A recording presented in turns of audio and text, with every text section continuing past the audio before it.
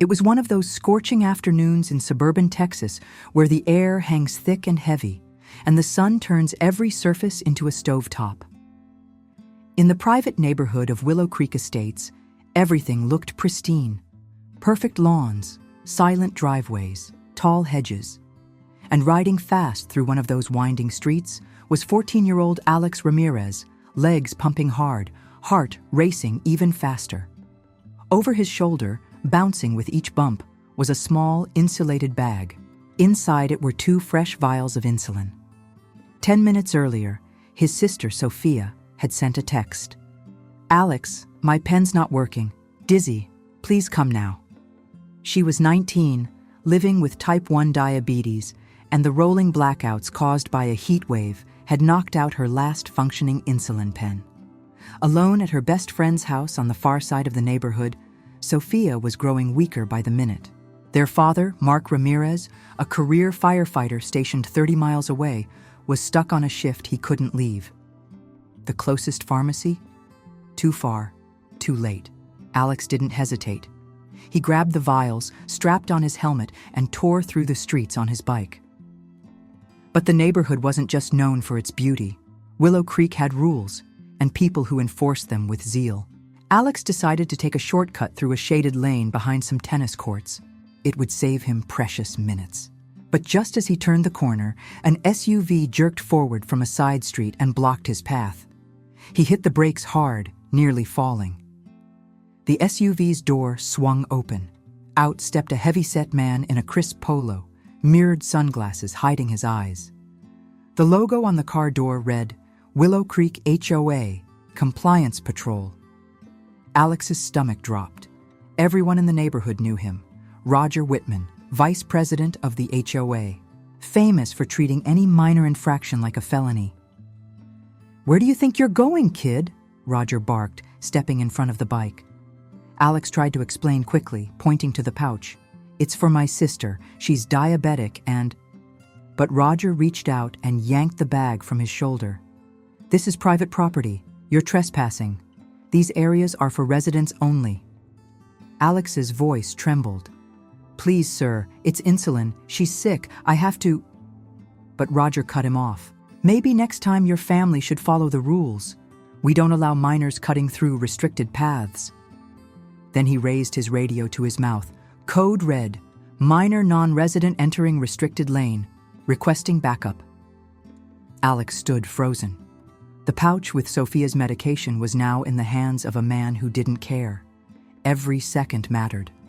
Sophia was waiting, but this was a wall he couldn't climb. Miles away at Station 14, Mark's phone buzzed. A text from Alex. "Dad, they stopped me. Took the insulin. I can't get through. Sophia's bad." Mark stared at the screen. His gut twisted. His training told him everything. In diabetic emergencies, minutes mean everything. In that heat, in her condition, it could be fatal. Within seconds, Mark was in his department vehicle, sirens blaring. As he sped through traffic, he dialed one person who would act without question. His brother-in-law, Officer Daniel Carter, deputy with the county sheriff's office. "Dan, the HOA blocked Alex. He was bringing insulin to Sophia. They took it. I'm en route." Dan didn't wait for another word. "I'm on my way." When they reached Willow Creek's gates, the fire truck and police cruiser barely slowed down. They were already past security. What they saw in the main cul-de-sac would stay burned into Mark's memory forever. In the middle stood Alex, pale and frightened, his bike tossed on the ground. Around him, 3 HOA security members in neon vests stood in a loose circle. At the center, Roger Whitman, smug, unbothered, holding the insulin pouch like it was contraband. Mark slammed the brakes and jumped from the truck. "Alex, are you okay?" His son looked up, tears in his eyes. "They wouldn't let me go. I told them. Sophia, she needs it." Mark turned to Roger, his voice low but shaking with fury. "Hand me the pouch. Now." Roger didn't flinch. "We're filing formal charges. Trespassing, unauthorized entry, endangering community safety. You should know better. Mark's fists tightened. That bag contains emergency medication. You're obstructing medical care. That's a crime. But Roger smirked. Neighborhood bylaws override your opinion. You're setting a bad example. Dan stepped in, badge shining, voice like ice. You're detaining a minor and interfering in a medical emergency. That's criminal obstruction. Roger hesitated, but just for a second. Then he scoffed, still clinging to the pouch like a trophy. Mark's voice turned steady. Dan, arrest him. Dan had waited for that. He moved forward, cuffed Roger quickly and firmly. The HOA enforcers backed away. Mark grabbed the pouch from the patrol car's hood and handed it to his son. Go, now. Seconds later, the paramedics arrived. Inside the ambulance, Sophia was barely conscious, pale, weak. The medics worked fast, administering the insulin and monitoring vitals. Outside, Mark stood still, jaw clenched, heart racing. Finally, through the window, a medic gave him a nod. She was stabilizing. Relief washed over him. But inside, he knew this wasn't over. Not yet. The next morning, the Ramirez house was quiet, but not calm. The air was heavy with everything that had happened the day before. Mark sat at the kitchen table, staring at the empty pouch that had once held Sophia's insulin. His firefighter gear hung by the door, untouched. For the first time in years, he'd felt helpless. Not at a burning building, not in the middle of a wreck, but right there, with his son crying and his daughter barely clinging to consciousness. Alex sat nearby, holding the pouch in his lap like it still meant something. Dad, why did that man treat me like that? Mark didn't answer at first. Then he said, because some people care more about rules than they do about lives. But that doesn't mean we let it go. Mark spent the rest of the morning collecting everything. Alex's text messages, photos of the HOA patrols, medical reports from the paramedics.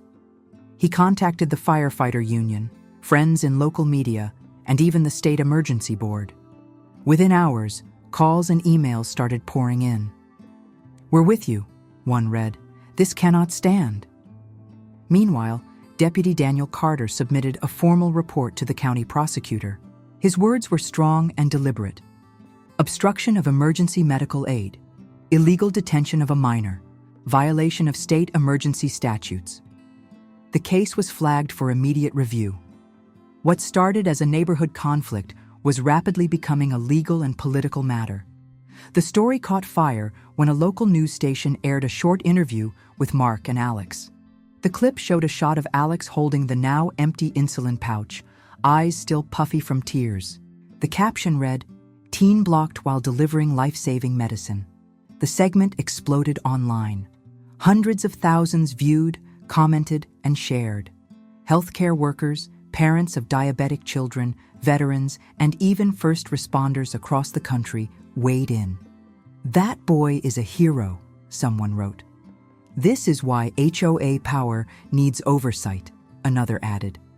A retired EMT commented, "Minutes matter. He saved his sister's life." By evening, the fire department's social media account shared a powerful message. When one of our own is blocked from protecting his family, we don't stay silent. The post included the now famous photo of Alex and a short statement. He did everything right. The system failed him. While the country responded with empathy and outrage, inside Willow Creek Estates, the mood was shifting. Some residents supported Roger Whitman, claiming he was just enforcing community safety, but many others were furious. A petition circulated to remove him from the HOA board. In less than 48 hours, it had over 500 signatures. Still, not everyone was backing down. That night, an anonymous note was found on the Ramirez's doorstep. "You embarrass this community. Watch yourselves." Another was left in their mailbox. "This is far from over." Mark reported both to the sheriff's office. "They want to scare us," he said. But they picked the wrong family. The threats didn't stop the momentum. A civil rights attorney from Austin reached out, offering pro bono representation. Your son's rights were violated. There's grounds for a civil suit: false detention, medical endangerment, emotional trauma. Mark agreed. The lawsuit was filed within days. The evidence was overwhelming: text logs, body cam footage, medical statements, and dozens of witness declarations. The case was scheduled for urgent review due to its public interest and implications for health emergencies. Alex tried to return to school, but things had changed. Students approached him in the hallway. Some gave him high fives. Others whispered about what happened. Teachers treated him with a quiet respect. One even pulled him aside and said, "You did more than most adults would have done." Despite the attention, Alex stayed quiet. He didn't feel like a hero. Sophia, now recovering steadily, tried to lift his spirits. "You're the reason I'm still here," she told him more than once. "Don't ever forget that." Meanwhile, lawmakers in the state capitol began discussing emergency access laws. A local representative proposed the Sophia Act, aimed at limiting the authority of private communities to interfere with emergency medical situations. The news hit national media outlets. Debates began on radio, podcasts, and primetime news. Back at home, the pressure hadn't let up. The HOA board sent a cease and desist letter to Mark, accusing him of defamation. It only fueled the fire.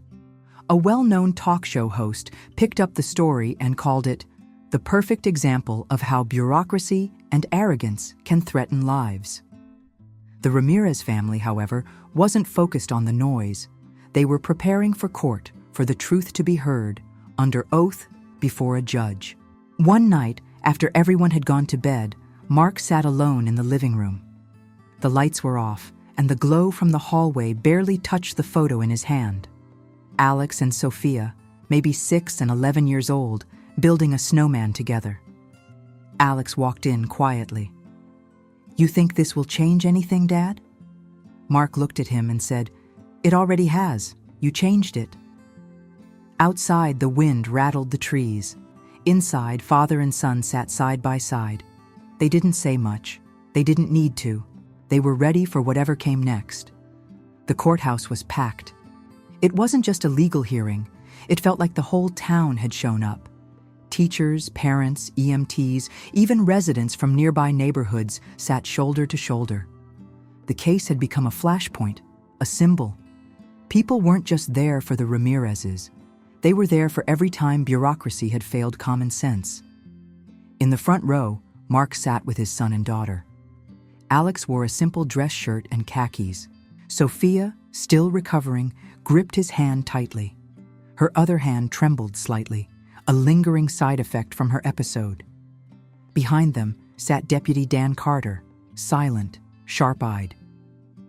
Across the room, Roger Whitman sat with his 2 attorneys. His trademark swagger was gone. His tie hung slightly crooked. The once confident HOA enforcer now looked more like a man being hunted than one enforcing order. The judge entered. The room stood, then sat again. And it began. Alex was the first to testify. His voice quivered at first, but as he walked through the events, his sister's text, the frantic bike ride, the moment Roger snatched the insulin pouch, he grew steady. I told him. I begged him. I said it was for my sister, but he wouldn't listen. Sophia took the stand next. Her voice was faint, but her words were powerful. I was shaking. My vision was going. I thought I was going to die. If Alex hadn't made it, if they hadn't stopped him. She paused. What kind of community puts a rule above a life? Then it was Mark's turn. He stood firm, his voice heavy with emotion. I've pulled people out of fires, out of floods. But I've never felt more helpless than when I saw my son surrounded by men in vests, like he was a threat, for trying to save his sister. The courtroom was still. Then came Roger. He shuffled to the witness stand. One attorney placed a hand on his shoulder. His voice, once loud and commanding, was now almost timid. I didn't realize it was a real emergency, he said. I thought it was just a kid messing around. The prosecutor rose. He told you his sister was in danger. He showed you the medication, and still, you detained him." Roger didn't respond.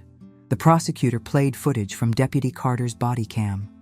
The courtroom watched in silence as Alex, tearful, begged to be let through, and Roger stood firm, holding the pouch like a piece of stolen property. When the clip ended, you could hear people exhale.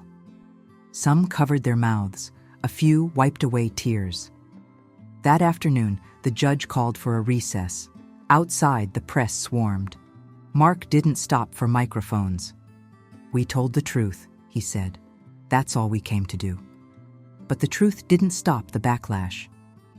That evening, another anonymous note arrived at the Ramirez home. "You should have kept quiet. You're making enemies." This time, it wasn't just a warning. It was a threat. Mark reported it immediately. A patrol car was stationed near their street. Neighbors began organizing to support them, dropping off meals, offering rides, sharing cameras. Meanwhile, inside Willow Creek, tension split the community in half. Some defended Roger as doing his job. Others demanded a full board resignation. At a late-night emergency HOA meeting, a retired veteran stood and said, "I fought for freedom, not for a man in sunglasses to block a kid saving his sister." Days later, Roger resigned from the HOA. But the court case moved forward. The lawsuit now had national attention. News channels dissected it nightly. Legal experts debated property rights versus emergency access. State lawmakers fast-tracked discussion on the Emergency Passage Act, a bill that would criminalize the obstruction of any emergency medical effort, even on private property. Amid it all, Alex remained quiet. One afternoon, Sophia found him in the garage, staring at his bike. "Still works," he said. She smiled. "You saved me with that thing." He nodded, but didn't speak. After a long pause, she added, "You're my hero, Alex, even if you don't feel like one." At night, Mark began waking up in cold sweats, not from nightmares, but from imagining what could have happened. The thought of arriving too late haunted him. He confided in Dan, who said quietly, "You did everything you could. And your son?" He did more than most men twice his age would. A week before the verdict, another town held a candlelight vigil for Sophia and Alex. Hundreds showed up. Someone held a sign that read, "Love overrules." The mayor gave a short speech. "This isn't just about one family. It's about who we are, what we stand for." Back home, Mark watched a news segment about the vigil with Alex and Sophia beside him. They said nothing, just leaned into each other. For the first time in weeks, they felt peace. But the fight wasn't over. The verdict loomed. What had begun as a boy on a bike had become a nation watching and waiting. The final day in court arrived. The courtroom was at capacity, again. Local news trucks were parked outside. Reporters lined the hallways. But inside, the Ramirez family sat quietly, shoulders squared, eyes focused. They weren't chasing victory. They were standing for something larger. Judge Caldwell entered. Everyone stood, then sat. The courtroom stilled to a hush as he began reading.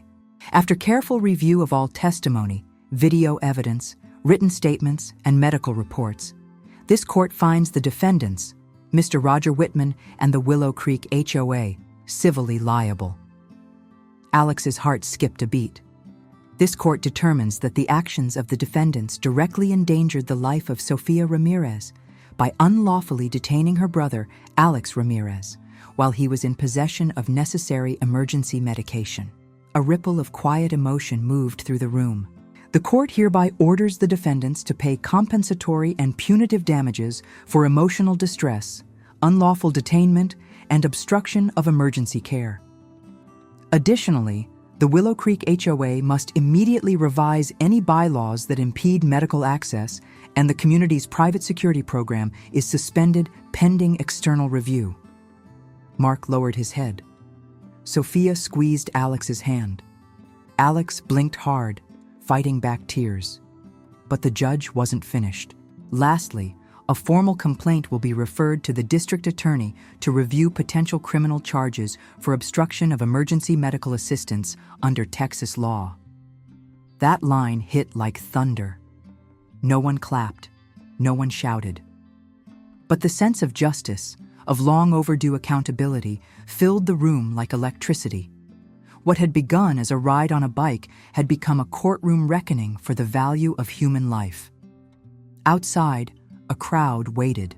Mark stepped into the sunlight, flanked by his children. He faced the reporters and said simply, "We didn't come looking for a fight. We just wanted to save Sophia. But now we hope this changes something for every family." And it did. Weeks later, a statewide emergency access bill passed with bipartisan support. Nicknamed the Sophia Law, it required all gated communities and private residences to allow immediate entry to anyone delivering emergency care or medication. Willow Creek HOA issued a public apology. Roger Whitman resigned from all public positions and was barred from serving on any community enforcement board. Legal analysts speculated he would likely face criminal prosecution by year's end. But for the Ramirezes, justice wasn't about headlines. One Saturday afternoon, the mayor of their town invited Alex to a community recognition ceremony. On stage, he stood awkwardly, his cheeks red as the mayor handed him a plaque for courage, compassion, and standing up when it mattered most. Sophia, seated in the front row, stood up and embraced him tightly.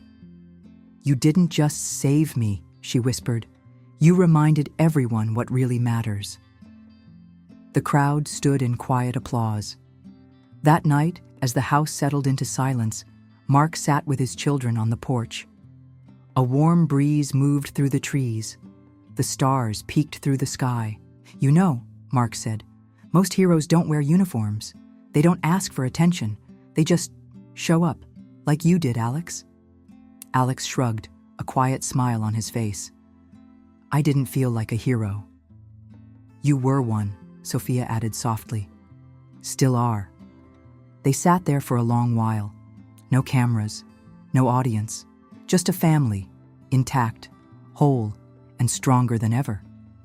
Across town, Roger Whitman left the courthouse alone. No cameras followed him. No one clapped or protested. His power was gone. His name, once attached to community order, was now whispered in shame. Justice had done what no community meeting or online complaint could. It had drawn a line between control and care, between rules and responsibility, between authority and humanity. And if there's one thing this story teaches us, it's this: no gate, no law, no policy should ever block the path between a person and the one they love. If this story moved you, share it. Tell us your thoughts in the comments. And follow our channel for more real stories about courage, compassion, and the moments that show us who we truly are. Because sometimes, the quietest victories are the ones that matter most.